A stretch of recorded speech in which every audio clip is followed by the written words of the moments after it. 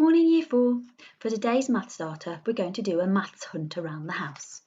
What you need to do is get an adult to prepare about 12 questions on some pieces of paper and put them around the house. You can then make yourself a little table.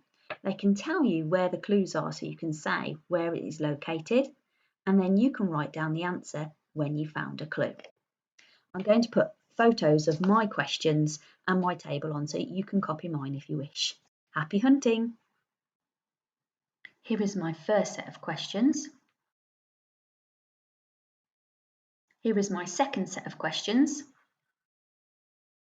And this is my table so that I can write down my answers.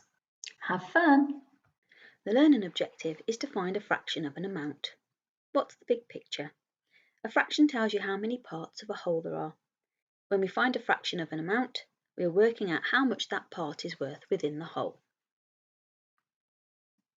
You can see fractions of amounts all around us. Shops have sales that say a half price or a third free, and you might use fractions when baking. For example, add half a teaspoon of salt or use a quarter of a kilogram of flour. The vocabulary for the lesson: fraction, numerator, denominator, whole amount, relationship, inverse, multiply, divide, and bar model. In today's lesson, we're going to look at how we can calculate fractions of a quantity. Have a look at these examples. Use a bar model to answer them. Pause the video and have a go now. How did you get on? We can use a bar model and see that half of 80 is 40, a quarter of 80 is 20, and an eighth of 80 is 10. Look closely. What stayed the same and what changed for each example? Pause the video and have a think now. Did you notice that the whole amount stayed the same for each example?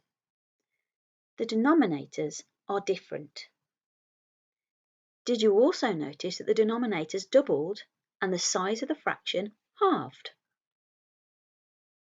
So what happens if we double the denominator again? That's right, the size of the fraction is half again. Can we see a connection between a half and an eighth? Yes, that's right.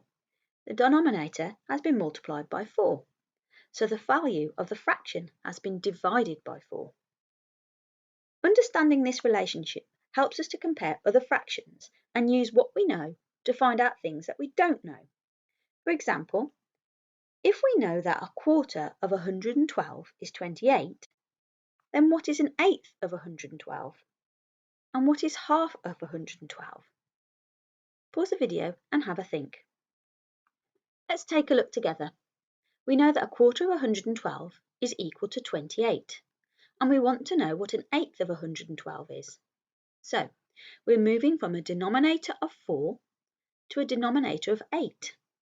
The denominator has been multiplied by 2. We noticed in the previous example that the inverse happens to the fraction. So 28 divided by 2 is 14. Let's compare eighths and halves. What has happened to the denominator? That's right, it's been divided by 4. So the inverse of divide by 4 is multiply by 4, which is 56.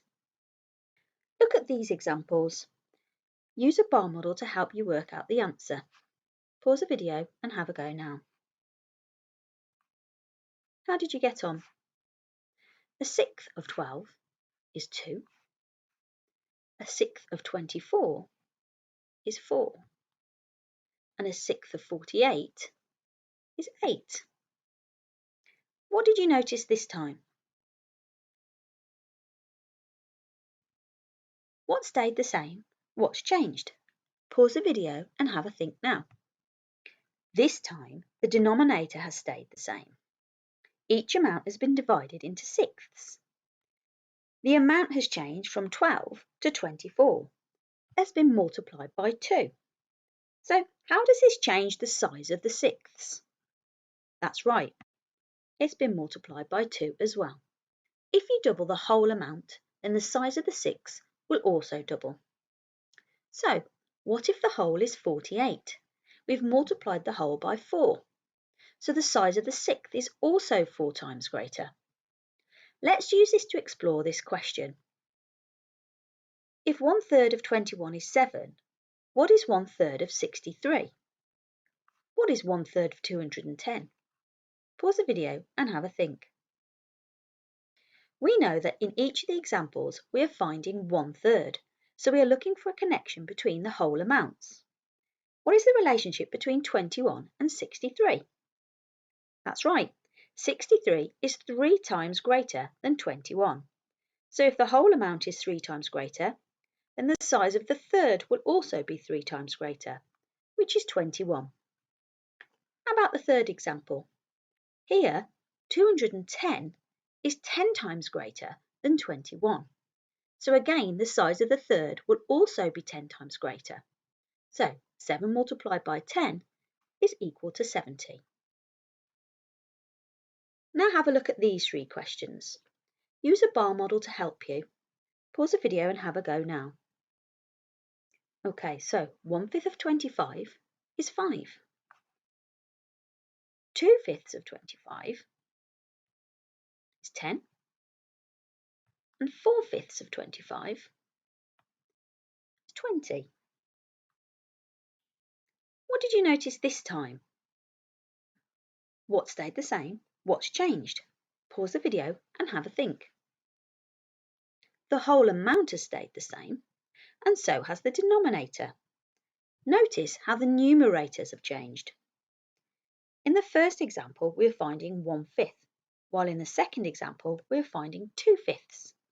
The numerator has doubled. So what has happened to the size of the fraction?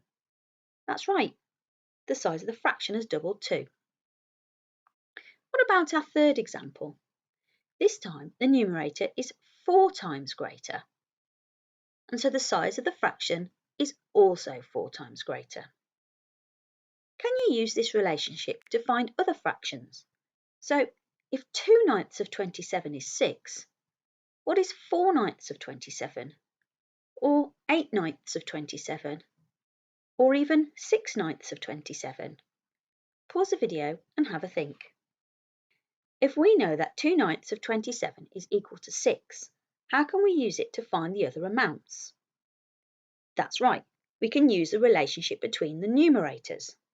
4/9 is double 2/9, so the fraction of the amount will also be doubled. So 6 multiplied by 2 is equal to 12. If the numerator doubles again from 4 to 8, then we can multiply the 12 by 2 to find 24. What about 6/9? It's not a double or half of 8/9, but it does have a relationship with 2/9. It is 3 times greater. So to find 6/9 of 27, we can multiply 6 by 3, which is 18. Have a go at comparing these fractions of a quantity. Pause the video and have a go now. Let's have a look. For the first one, the whole is the same, and so is the numerator.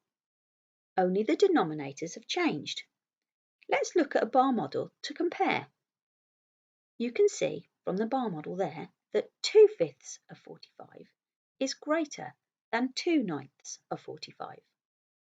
Let's look at the second example. The fractions are the same, but the whole amounts have changed. As 36 is less than 54, then 5/6 of 36 will be less than 5/6 of 54. Good job. Now it's your turn. Remember to do 1 chili's worth of work depending on how you got on with today's lesson. This one is for Chili 1. You've got 2 pages worth of these questions. Can you complete the number sentences? Use those bar models to help you, and if you need to use some counters or some pasta shapes to help you, then please do. Pause the video and have a go. Here's the next set for you. Pause the video and have a go. This question is for Chili 1. Philip has a chocolate bar with 5 equal pieces. The chocolate bar weighs 60 grams. What is the mass of one piece? And then fill that sentence in there. Philip eats 3/5 of the chocolate bar. How many grams does Philip eat? And then complete that sentence there. Pause the video and have a go now. This question is suitable for Chili 2. Complete the number sentences. Can you look at the relationship between the fractions to see if you can help work out the second one or third one in each set? Pause the video and have a go now. This question is for Chili 2 and 3. Can you match the calculations to the answers? Pause the video and have a go now. This question is for Chili 2 and 3. Can you write each calculation in the correct circle? Pause the video and have a go now. This question is for Chili 3. Can you compare the calculations? Write more than, less than, or equal to in each of the circles. Pause the video and have a go now. Well done. Now it's your turn to check your work. The answer to A is 5, the answer to B is 4, the answer to C is 2, and the answer to D is 10. The answer to E is 5, the answer to F is 10, the answer to G is 12, and the answer to H is 6. Philip has a chocolate bar with 5 equal pieces. The chocolate bar weighs 60 grams. That chocolate bar looks a little bit like a bar model, doesn't it? 60 being the whole. So 60 divided by 5 is 12. So each piece weighs 12 grams. If Philip eats 3/5 of the chocolate bar, how many grams does Philip eat? So you'd need the 12 3 times. So 3 times 12 is 36. 36 grams. Here are the answers to these questions. Pause the video and mark your work now. Here are the answers to the matching the calculations. Pause the video and mark your work now. Okay, how did you get on with this one? 1/4 of 24 equals 6, 2/3 of 9 equals 6, and 3/2 of 4 equals 6. And in the second circle, 1/2 of 16 equals 8, and 1/6 of 48 equals 8. Well done. Here are the answers to the comparing questions. Pause the video and mark your work now. I checked Times Tables Rockstars on Thursday the 25th of February. This time I looked at the children that were 100% accurate over the last 7 days. Well done to Mason, Tyler J, Corinne and Myla in 4M. Well done to Thomas C in 4S and Simapri in 4B. I've already added your dojo points on, guys. You can email me your work, photos or videos to this address. Great work today, guys. See you tomorrow.